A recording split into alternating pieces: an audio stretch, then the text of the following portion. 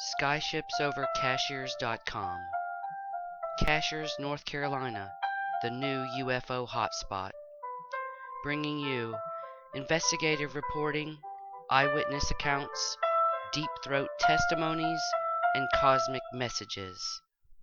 And now, our investigative reporter, author, and editor, Mary Joyce. This is a true story of two kids who grew up on Wright-Patterson Air Force Base in Ohio and got their hands on some magical metal from the UFO that crashed in Roswell, New Mexico in 1947. They didn't just see or touch the metal, they tested the magical metal in many inventive ways. What they discovered has been their secret since 1957. Now, 59 years later, Jill has decided it's safe to share the most memorable adventure of her life. Her bottled-up story pours out with such captivating descriptions that anyone listening will be transported back in time with her. It's an interview that gets better as it rolls along because Jill shifts to telling her story from the perspective of a 10-year-old. Twice during the interview, tears flow down Jill's cheeks as she recalled how it felt to touch the magical metal. You might even hear the emotion as she speaks about it. And yes, the kids got into major trouble and were so intimidated that it took Jill nearly 60 years to tell anyone. Okay, my dad was an Air Force pilot, and we were stationed all over the world, but our main base, wherever we were stationed, was Wright-Patterson Air Force Base in Dayton, Ohio. And at Wright-Patterson is where I had my memorable childhood experience. And as you get older like I am now, you forget a lot of your childhood, but there's some things that just really, really stand out. And this was one that really did. And it was because my dad was stationed there, and he was friends with this gentleman who was a father of the guy that at the time was my boyfriend. You know, when you're little kids, you have boyfriends, girlfriends, and he was kind of like my boyfriend. How old were you there? Roughly. Right around probably 10 years old. Okay. This would have been around 1957. Okay. Yeah. And well, my dad was a pilot, as I said. He was attached with Tactical Air Command. And Wright-Patterson was a base that held a lot of units, and a big base too for Strategic Air Command. But my dad was with Tactical Air Command. He was a major at most of the time we were there, and John's dad was a colonel. And lots of times they would take us to the base, like on Saturdays.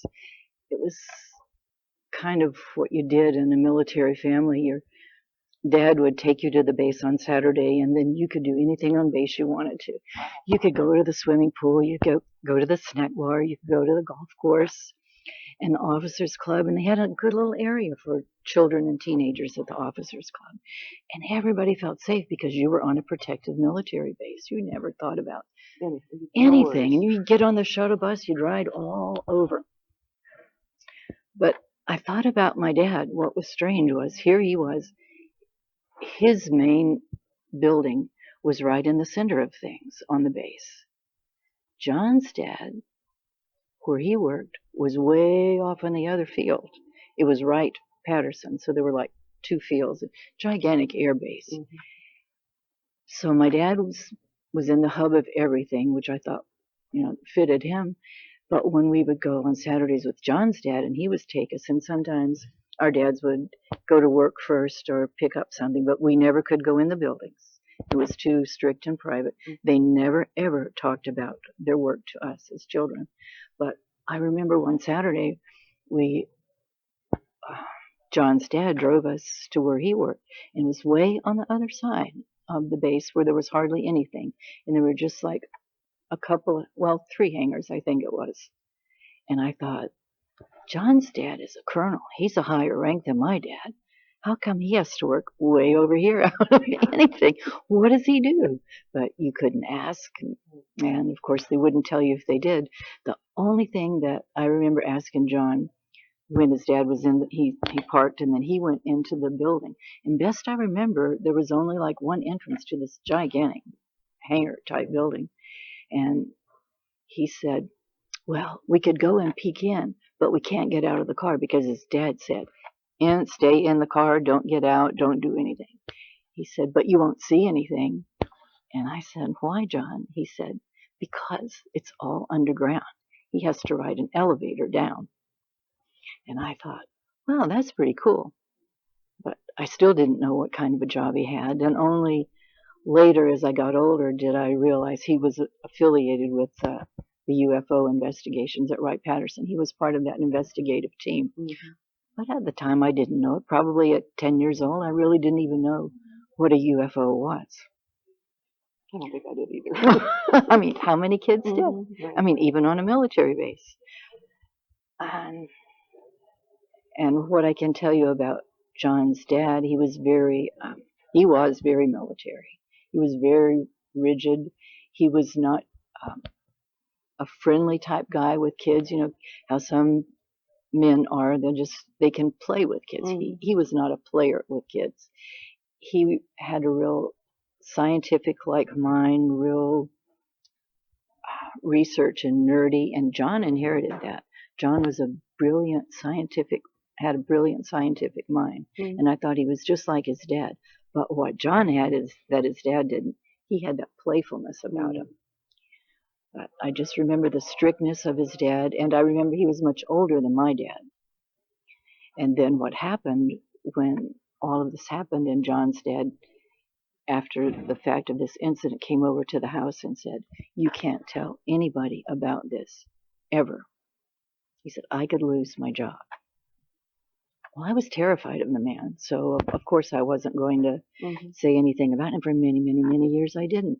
But because John's dad is so much older than my dad, and my dad now would be 95 years old, I have no fear that John's dad is going to lose his job over this.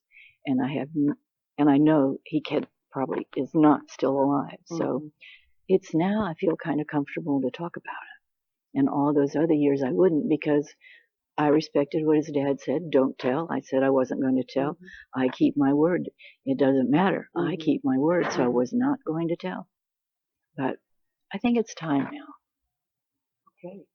All right. Now, how in the world did you get the access to the piece of metal? When you're little kids, there was no texting at the time. And John and I were in the same class at school. We went to Page Manor. That was the name of the school. You'd send little notes, so you'd fold up message cards and open them up. Well, he sent me a little note one day, and it said, I have a surprise for you coming over tonight. And I was real excited. What could it be? I thought about it all day. Well, that evening when he came over to the house, he brought this piece of material. I'll just say material. It looked like aluminum foil, and it was about 8.5 by 11, about the size of a sheet of paper. Wasn't really big,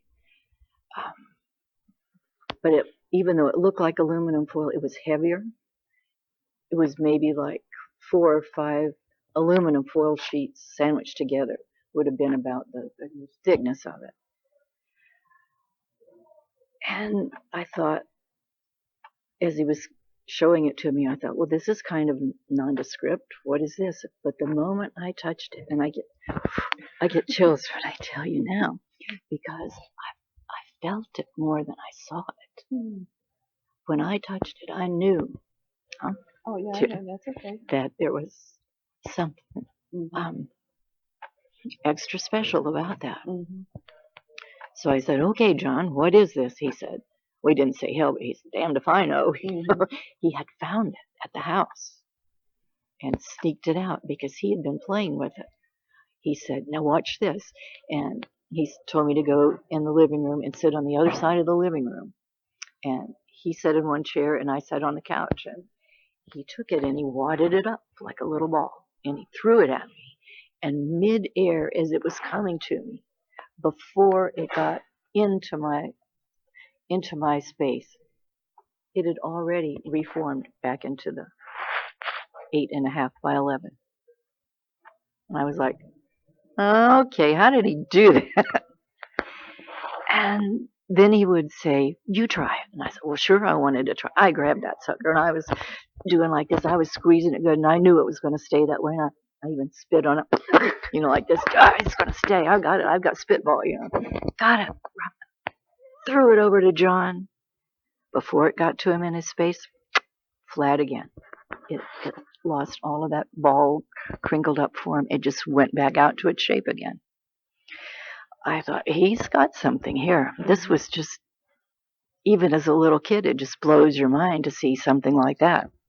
And then he said, okay, now I got to show you some other stuff too. He had evidently had it like a couple of days, but then he got so excited he just had to share it. But he said, you got some scissors? I said, yeah. He said, okay, I want you to cut it. I said, sure, no problem. I go and get a pair of scissors and try to cut it. It's impenetrable. You take the scissors and it's like nothing. You don't see my hand motions here, but I'm cutting this and it will not cut. The blades will not penetrate it. And I thought, well, if it were aluminum foil, it sure would, because I'd cut many pieces of aluminum foil, but you could not penetrate it. And then I said, John, well, what else have you done with this? What have you tried to do with it? What else can it do? He said, you can do anything to it you want, but it will never change its shape. I said, oh, yeah. So you cocky kid. He said, yeah, well, let's try. Let's put it in the oven and see what happens. So I had to wait a little while because my mom was in the kitchen at the time, and I sure wasn't going to let her see it. So when she was finished the dishes or whatever she was doing after dinner, I turned the oven on, put it in there, cranked at 10 years old, you don't cook. You don't know about an oven. I just cranked that sucker all the way up high as it would go, put it in there, waited and waited. Well, pretty soon it started heating up the kitchen, and it had a little element of the oven itself, not the device in it, but the oven was just heating up the kitchen. My mom came in there and said, what are you doing? I said, science experiment. She said, well, if you're going to do a science experiment, it was a joke, because sometimes we said that the meals that my mom fixed were science experiments. Because when she got married, she did not know how to cook. My dad had to teach her how to cook, but you don't want to hear all about that. So she said, look at that temperature. What are you fixing? Said, it's probably going to be at 350 or 400. It's not going to be skyrocketed up there. I said, oh, it's just a piece of something we're doing for a real science project. She says, well, cut that oven down.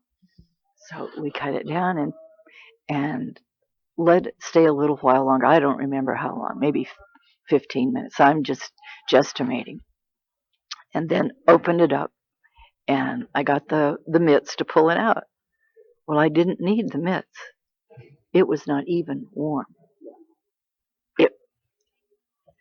It was just the same temperature as we had put it in. So I thought, okay, well, the heat's not going to affect it like this. What else can we do? And I started thinking of all kind of things. So I got the iron out and the ironing board. Put the iron on that sucker. I thought at least it might make a black scorch, because I could scorch stuff really good with an iron. I had plenty of practice at that. But dang it, it didn't even phase it. Nothing to it. Well, then it was getting late, and John had to take it back and go home. But all that night I kept thinking, what else could we do? What else could we do? And I have to tell you, for a good part of the next week at least, it consumed us, and thinking of all kind of ways we could test it and do stuff with it. Oh. And then we took, there was a horse farm. We lived in a complex called Page Manor. And on the other side of Page Manor was a horse farm. Not a big one, but maybe like 10 horses. And I loved horses. And on the weekends, I used to get on my bike and ride over there and visit with the horses, and they would let me groom them. And there was a farrier that would come on occasion. And I thought, let's bike over there on Saturday and see if that farrier is there, because I knew he did the fire in doing the horseshoes. And I thought that heat would do it. So John said, okay, Saturday we'd do it. So he brought it. That Saturday we got on our bikes. We pedaled over there. and the farrier happened to be there. Well, long story short, he tried. I said, "Could you see what you could do with this? Take your equipment." And he did the thing that sparks off. I can't think of what it's called right now. But anyway. Are we talking about equipment for horseshoeing? Horseshoeing, yes. Okay. And I should be more specific. I get carried away in the thought of it. But it's whatever you do to heat the horseshoe. Yeah. I don't know the name of it, and probably then I didn't even know the name of it, but the process. And I knew it was hot. Right. So I asked him to do that. He did that. It didn't do anything. He said, what is this? Where'd you get this? And then John was afraid he might ask too many questions, and he snatched it back, and he said, "Oh, it's nothing." And then he took off because John got kind of scared. Mm-hmm. I mean, yeah, John was the one who took off, not the farrier. We took off because he was afraid that somebody might find out he had it, and he still wasn't supposed to have it. We went to the playground later on that evening, and there was a pit like where you can have barbecue and that kind of thing. Well, we lit a fire. We thought we'd do our own little fire. We put that sucker in the fire and took sticks and just pounded it down in the fire. Did not face it. We took mallets and hammered at it. Didn't face it. And I can remember us thinking, what could we do that would be really heavy, that might even leave a tire impression? Well, of course, we thought of the big old military planes, but we knew that if you put it down on the runway, it's going to blow away. But we thought of the transport cargo. So next time we were going to base, and it was with John's dad, we took that with us, and we sneaked off and got off the shuttle bus and went down to the area where the transport cargo was. And now, what is transport cargo? They're big military trucks that pull the airplanes. Okay. But that's what they were doing at this point. That's why I'm calling them transport. They would move the airplanes from place to place, and they were big and they were heavy. And we put it down at a particular place, duct tape, I guess we did too. Because I tell you, John had the scientific mind. We didn't just put it down because we knew if they ran over it, it might just go.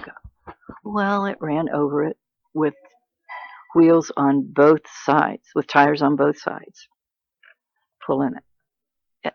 When they came back and we went and looked, nothing. It was like nothing had touched it. And all the things that we tried to do to it, and we did inventive things. It was pervious, and John, his scientific little mind, in his basement, he had like a little science lab, and all I could think about was objects, but he would think of chemicals too. And he did chemical experiments on it in his basement. Oh, they exploded lots of things. They didn't penetrate that. Just, it wouldn't do it.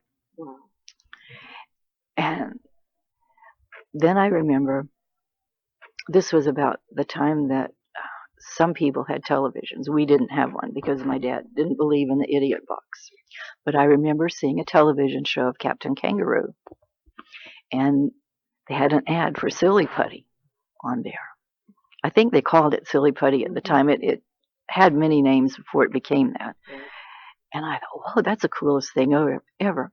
And so my dad always went TDY to different places. And I had looked in Tour of Duty. He flew different places periodically. We never knew where he went.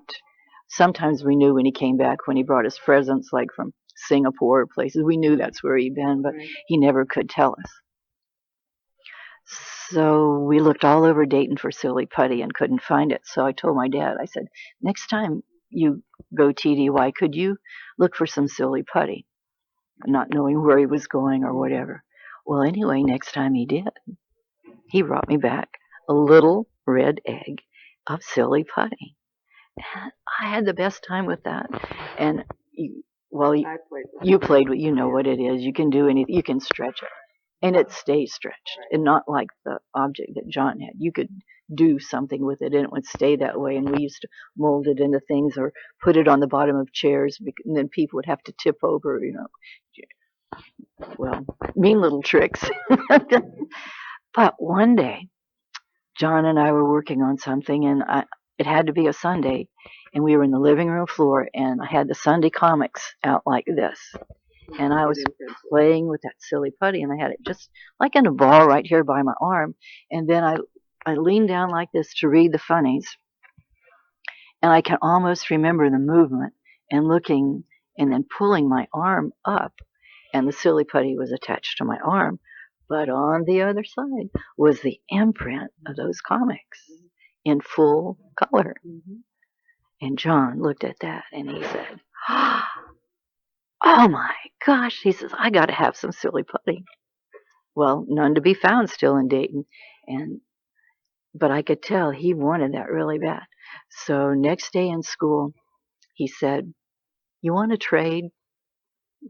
I said, "Trade what?" He said, I can't even remember what he called it. But anyway, that object, that 8.5 by 11 object for the silly putty. And I had to think about it, because I'm thinking, all right, who's going to get the better of the deal here? The silly putty, you could move it around and do a lot of stuff with it, and it would stay that way. His object, it was always the same. It was kind of boring, actually. But I thought,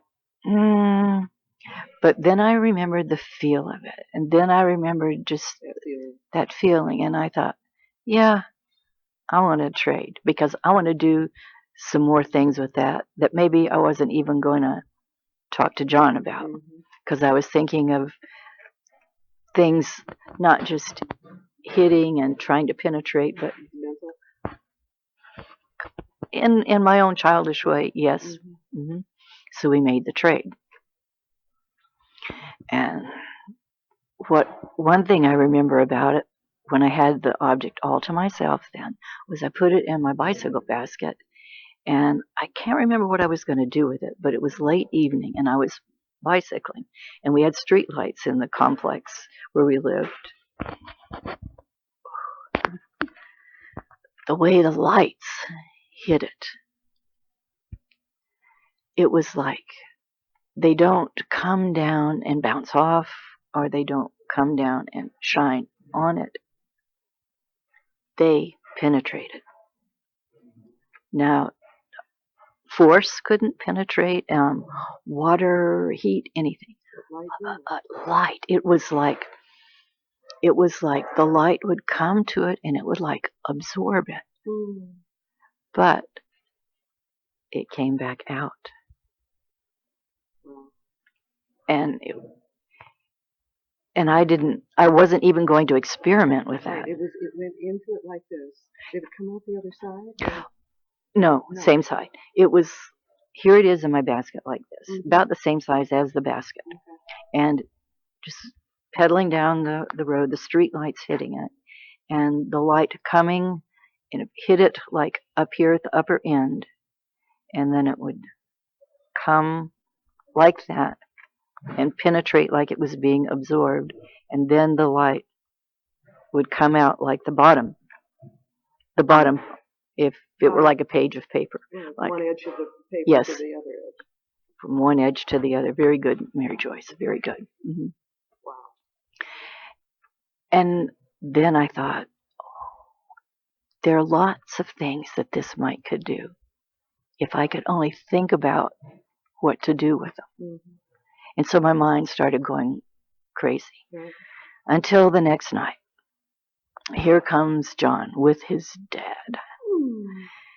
Knocking on the man I'm scared to death of. And he asked me to come outside, because he was not going to come in and talk to me in front of my parents. He just asked me to come outside. And so I did, and I thought, this is not sounding good. But he said, did I have it? Oh, well, of course I knew what he meant. And I said, yes, I had it. He said, well, give it back to me immediately. Yes. No chit-chat. No, just give it back to me. Well, I went and got it. He took it. Oh, yeah, big time. And he said, you never tell anybody about this, ever. You never had this. You never saw this. Do you know what could happen to me if anybody found out about this? He said, I could lose my job. My family would be ruined. He said, it's on you. And John was just, all the time he was like this, shaking. He was petrified because he knew he had done something really bad.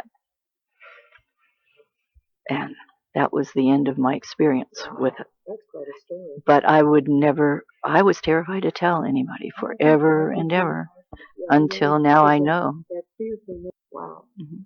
And not only the fear, but the respect when I told him, I will never tell. Right. And you never did. Yeah, never did. Wow. That's quite a story. Yeah. But I felt almost robbed at a point, because just when I had it in my hand and seeing the other things that it could do, I didn't ever have a chance to experiment with it. But you certainly had more experience than most people have.